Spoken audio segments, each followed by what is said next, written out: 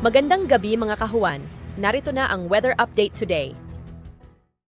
Sa kasalukuyan nga ay southwest monsoon pa rin o habagat yung nakakaapekto sa may kanlurang bahagi ng Southern Luzon, Visayas at Mindanao. Kaya asahan nga natin maulap na papawirin at mga kalat-kalat na pag-ulan, pagkidlat, pagkulog sa may Occidental Mindoro, sa may Palawan, sa may Western Visayas, Central Visayas at Mindanao area. Kaya yung ating mga kababayan na inuulan ng mga nakaraang araw pa ay pinag-iingat nga natin sa mga banta ng pagbaha o pagguho ng lupa.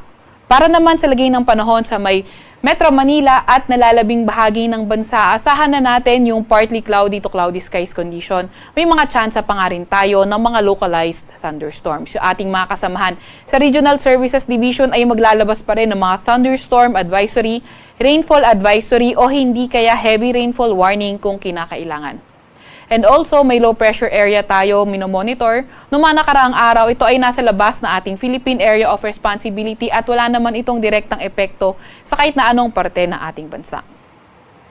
Currently nga din ay may minomonitor tayong cloud cluster E sa may silangang bahagi ng Mindanao area at ito ay hindi natin tinatanggal yung possibility na ito ay posibleng maging isang low pressure area sa mga susunod na araw.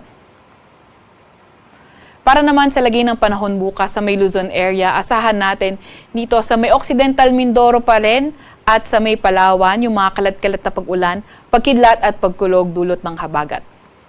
Para naman sa Metro Manila at sa may nalalabing bahagi ng Luzon, asahan pa nga rin natin partly cloudy to cloudy skies, umaga hanggang tanghali mainit at malinsangan pero pagdating ng hapon tumataas nga yung mga tsansa ng mga localized thunderstorms.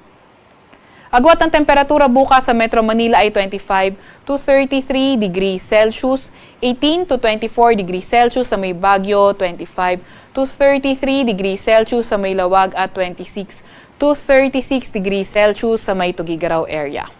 26 to 32 degrees Celsius sa may Legazpi at 23 to 31 degrees Celsius sa may Tagaytay.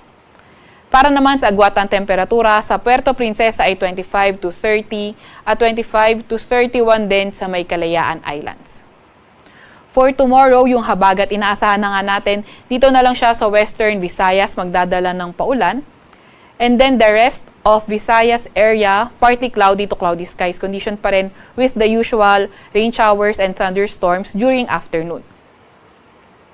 Para naman sa lagay ng panahon sa may Mindanao area, Zamboanga Peninsula, pati na rin sa may Davao Region, kabilang na nga yung mga nasa may southern portion ng Mindanao. Yun yung inaasahan natin na posible na magkaroon ng mga kalat-kalat na pag-ulan, pagkidlat at pagkulog. Pero the rest of Mindanao area, partly cloudy to cloudy skies condition na may mga chance pa nga rin ng mga localized thunderstorms.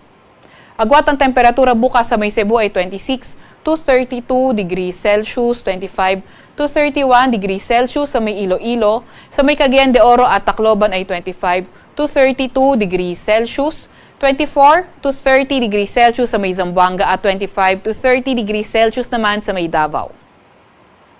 Wala pa rin naman tayong nakataas na gale warning sa kahit na anong baybayin ng ating bansa pero pinag-iingat pa nga rin natin yung mga papalaot sa may kanlurang bahagi ng Southern Luzon, kanlurang bahagi ng Visayas at kanlurang bahagi ng Mindanao dahil posible maging katamtaman hanggang sa maalon ang karagatan. Sa Kalakang, Maynila ang araw ay lulubog ng 6:29 ng gabi at sisikat bukas ng 5:35 ng umaga.